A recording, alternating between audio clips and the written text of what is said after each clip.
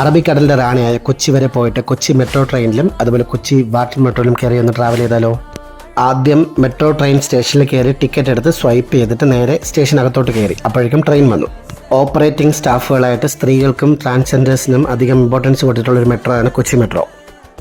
1999 planning തുടങ്ങിയ Kochi metro യാഥാർത്ഥ്യമായത് 18 വർഷങ്ങൾക്ക് ശേഷം 2017 ട്രെയിൻ ഇറങ്ങിയിട്ട് പിന്നെ നേരെ പോയത് വാട്ടർ മെട്രോ സ്റ്റേഷനിലേക്കാണ്. അവിടെയും നേരെ അകത്തേക്ക് കയറി ടിക്കറ്റ് എടുത്ത് സ്വൈപ്പ് ചെയ്ത് നേരെ ബോട്ട് ജെട്ടിയുടെ അടുത്തേക്ക്. ഇതാണ് വാട്ടർ മെട്രോയുടെ ബോട്ട്.